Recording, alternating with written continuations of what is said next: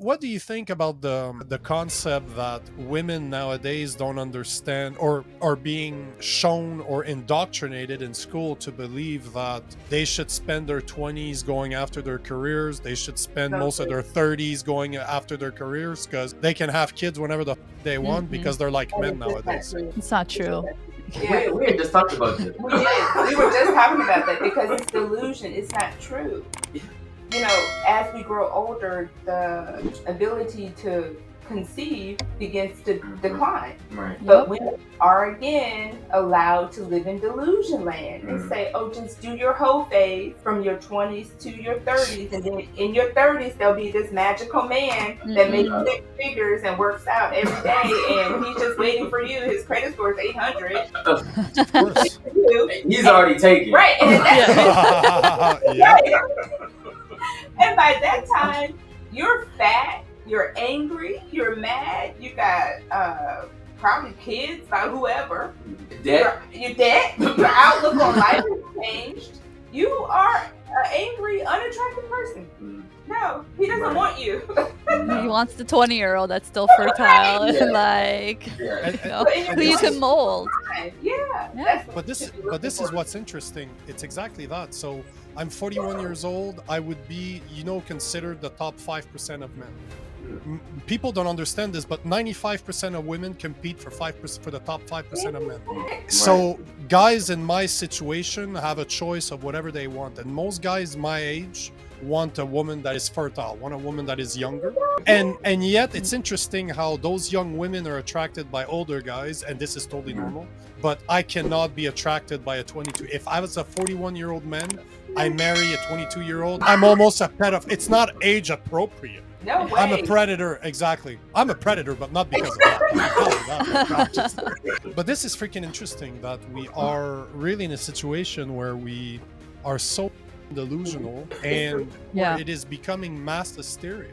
I would say a lot of the problem is us. We as men have allowed the chaos. We've allowed it. But we're at that point now, like, men can't say nothing. We're too toxic. It's like, okay, fine. All right, I'll go sit in the corner. You go continue to think you can have babies at 60. Right. And then what about what fathers are now telling their daughters? They're contributing to the delusion. Well, fathers are not real fathers anymore. Fathers are not real men anymore. Like, this is a complete different topic that I absolutely love to talk about, but all to say that even the men that are being fathers right now are not really real men. They were never taught to be men. They don't know what it takes to be a man. They can't teach, just like a single woman cannot teach a boy how to become a man. The men that we have today cannot teach their sons to become men. But why do you think that is? Like, why? What changed in your generation? Let's say it's simple. If you look throughout North American history, especially in the U.S., the best time you guys had was right after the Second World War, right after 1945. Your industries absolutely flourished. Men came back. You could own a house, feed your family on one single salary. The mother was taking care of the children at home and taking care of the house, and this was good. But one thing we need to understand: the guys that came back from the war were good men. They were strong men, but they did that they did not know how to deal with. Right. They came back with PTSD, because there's a difference between me joining the army and saying I'm going to go in Afghanistan as a choice and say, you know what, this is my personal choice. Because if you look at the statistics, you're looking, as per Veterans Affairs, you're looking at less than 9% of men come back from war with PTSD today. So if they go to Afghanistan, for example. Right. So the amount, and I think the average amount for regular people is like 7%. So it's at that point it's 2%. So let's call it the same.